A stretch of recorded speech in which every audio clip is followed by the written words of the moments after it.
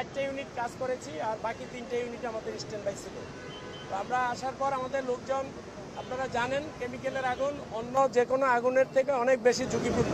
তো সেই ঝুঁকি থেকে বাঁচতে হলে আমাদের যেটা প্রথম দরকার সেটা হলো ইনফরমেশন।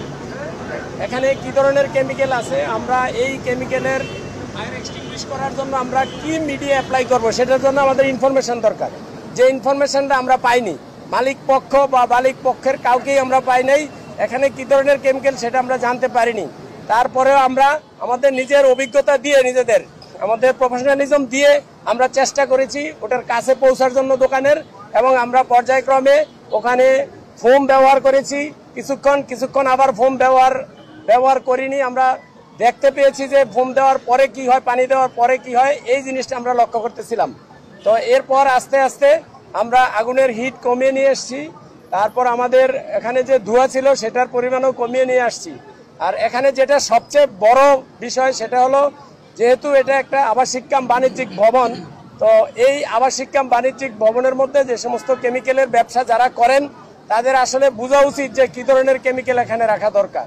যে কেমিক্যাল এখানে আছে এগুলো হেলথ হ্যাজার্ড, স্বাস্থ্যের জন্য খুবই ঝুঁকিপূর্ণ, এগুলো ফ্লেমেবল এবং এগুলা হলো এক্সপ্লোশনও হতে পারত। তো যারা আবাসিক এলাকায় যারা থাকেন, আবাসিক ভবনে যারা থাকেন, এই বিষয়গুলো যারা এখানে যারা থাকবেন তারাও যেন একটু খেয়াল করেন যে আসলে এখানে যারা ব্যবসা করতেছে তারা কি ধরনের জিনিস ব্যবহার করছে। এরপরে হলো আমাদের যে মালিক বা মালিক পক্ষের কাউকে যদি পেতাম আমরা, তাহলে এটা আমাদের নির্বাপন করা বা এটা নিয়ন্ত্রণে আনা আমাদের আরও সহজ হতো। তো আগুন আমরা 7টার সময় আমাদের আগুন নিয়ন্ত্রণে আমরা নিয়ে এসেছি। আগুন এখন সম্পূর্ণ আমাদের নিয়ন্ত্রণে আছে, বাট আরও কিছু সময় লাগবে, আমরা পর্যবেক্ষণে রাখবো। যদিও এটা যদি কেমিক্যালের আগুন যেহেতু, সেজন্য আমাদের এটা একটু দেখতে হবে, একটু সময় লাগবে। আর আরেকটা বিষয় হলো, এই দোকানের ভিতরে যে সমস্ত কেমিক্যাল ছিল, যেটা কেমিক্যালের প্রথম শর্ত কেমিক্যালের ব্যবসার, MSDS থাকতে হবে, ম্যাটেরিয়াল সেফটি ডাটা শিট, যেটা দেখে আমরা কনফার্ম করব যে এখানে এই ধরনের কেমিক্যাল আছে, এটাতে কি হ্যাজার্ড আছে, কি ব্যবহার করলে আগুন নিভবে, সকল কিছু লেখা থাকে।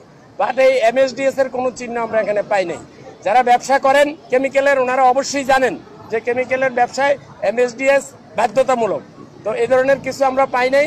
তো আমরা এখন যেটা করব সেটা হলো, যারা এই কেমিক্যালের ব্যবসা করতেছেন এগুলো আমরা থরলি ভিজিট করব। যদিও আমরা আগেও ভিজিট করেছি, তাদেরকে নোটিশ দিয়েছি।